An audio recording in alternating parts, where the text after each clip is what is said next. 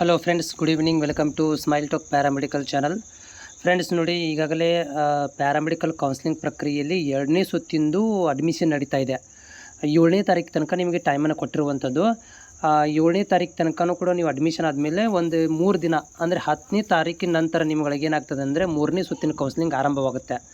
ಆಮೇಲೆ ನೆನಪಿಟ್ಟುಕೋರಿ, ಯಾರೆಲ್ಲ ಈಗ ಅಡ್ಮಿಷನ್ ಆಗ್ತಾಯಿದ್ದೀರಿ, ಸುಮ್ಮನೆ ಸೀಟ್ ಸಿಕ್ಕಿದೆ ಅಂತೇಳಿ ಅಡ್ಮಿಷನ್ ಆಗಕ್ಕೆ ಹೋಗಬೇಡಿ. ತುಂಬ ಕಷ್ಟ ಇದೆ. 3 ವರ್ಷ ನೀವು ಅಂದ್ಕೊಂಡಂಗೆ ಇರೋದಿಲ್ಲ. ಸುಮ್ಮನೆ ನೀವು ಸೀಟ್ ಸಿಕ್ಕಿದ ಖುಷಿಯಲ್ಲಿ ಹೋಗಿ ಅಡ್ಮಿಷನ್ ಮಾಡಿಸಿ, ಆಮೇಲೆ 2 ತಿಂಗಳಾದ ಮೇಲೆ ಅದು ನಿಮಗೆ ಟಾರ್ಚರ್ ಆಗಿ 3 ವರ್ಷ ದೂರ ಮತ್ತು 3 ತಿಂಗಳೂ ನಿಮಗೆ ನಿಭಾಯಿಸೋಕ್ಕಾಗೋದಿಲ್ಲ. ಅಷ್ಟೊಂದು ಕಾಲೇಜುಗಳು ಏನಿದಾವಪ್ಪ ಅಂತಂದರೆ, ಒಂದಷ್ಟು ಕಾಲೇಜುಗಳು ಅಂದರೆ ಎಲ್ಲ ಅಂತ ಹೇಳಕ್ಕೆ ಹೋಗೋದಿಲ್ಲ, ಒಂದಷ್ಟು ಕಾಲೇಜುಗಳು ತುಂಬ ಹರ್ಯಾಶ್ಮೆಂಟ್ ಮಾಡ್ತಾರೆ. ಫೈನಾನ್ಸಲಿ ಟಾರ್ಚರ್ ಇರ್ಬೋದು, ಸರಿಯಾಗಿ ಕ್ಲಾಸ್ ನಡೆಸಂಗಿಲ್ಲ. ಬರೀ ಸ್ಟಾರ್ಟಿಂಗಲ್ಲಿ 1 ತಿಂಗಳು ಕ್ಲಾಸ್ ನಡೆಸಿ ವಾಪಸ್ ಯಾರು ಟೀಚರ್ ನಿಮ್ಗೆ ಫೋಟೋದಲ್ಲೇ ತೋರಿಸ್ತಾರೆ. ನಿಮಗೆ ಫಿಸಿಕಲಿ ಯಾರೂ ಟೀಚರೇ ಬರೋದಿಲ್ಲ. ಅಂಥ ಒಂದು ಕಿರಿಕಿರಿ ಇದೆ. ನೋಟ್ಸ್ ಕೊಡೋಂಗಿಲ್ಲ. ಸಿಕ್ಕಾಪಟ್ಟೆ ಪ್ರಾಬ್ಲಮ್ ಇದ್ದಾವೆ ಪ್ಯಾರಾಮೆಡಿಕಲ್ ಕಾಲೇಜುಗಳಲ್ಲಿ.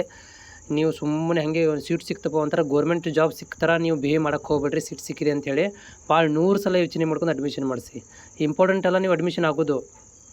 ಇಂಪಾರ್ಟೆಂಟ್ ಏನಂತಂದರೆ ನೀವು ಅದರಲ್ಲಿ ಬದುಕೋದು ಇಂಪಾರ್ಟೆಂಟು. 3 ವರ್ಷ ಅನುಭವಿಸೋದು ಇಂಪಾರ್ಟೆಂಟು. ಸುಮ್ಮನೆ ಅಡ್ಮಿಷನ್ ಆಗಿಬಿಟ್ರೆ, ಅಡ್ಮಿಷನ್ ಯಾರು ಬೇಕಾದ್ರೆ ಆಗ್ತಾರೆ. ಅಡ್ಮಿಷನ್ ಆಗೋದು ದೊಡ್ಡದಲ್ಲ. ಈಗ ದುಡ್ಡು ಕೊಟ್ಟರು ಅಡ್ಮಿಷನ್ ಆಗಿಬಿಡ್ತದೆ, ಅದು ಇಂಪಾರ್ಟೆಂಟ್ ಅಲ್ಲ.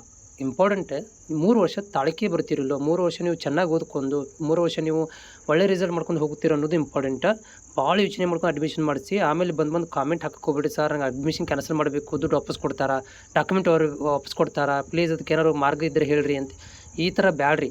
ಮೊದಲೇ ಯೋಚನೆ ಮಾಡ್ಕೊಂಡು ಅಡ್ಮಿಷನ್ ಮಾಡಿಸಿ.